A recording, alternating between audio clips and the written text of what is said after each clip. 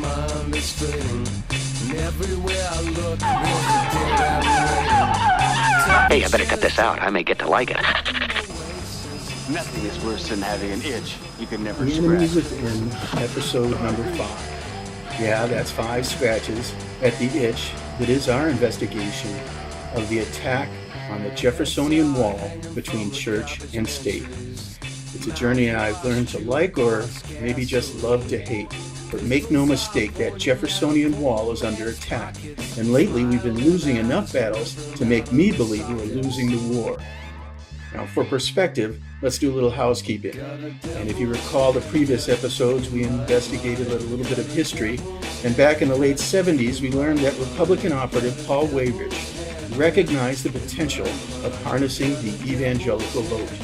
Those people were not active in politics, and I served as sort of a coach to get them active in the political process. Now, to make a long story short, working with various religious leaders and zealots, he didn't just harness their members' vote, he created an unwavering voting bloc.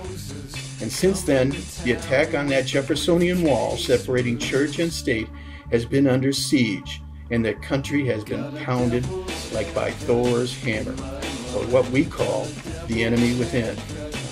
But I digress.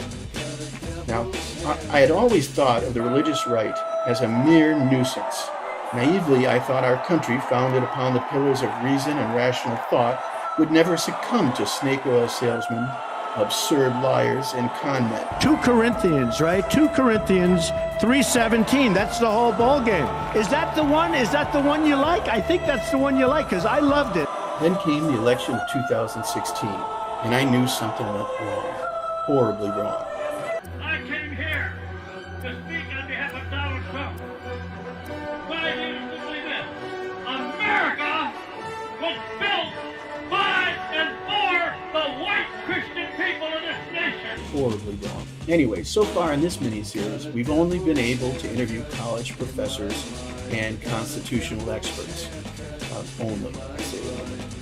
But hey, one of which predicted our predicament over 10 years ago. Seriously. So now, in an attempt to make this mini-series a balanced investigation, we've reached out to dozens of people from the religious right. We wanted to get their interviews and their perspectives.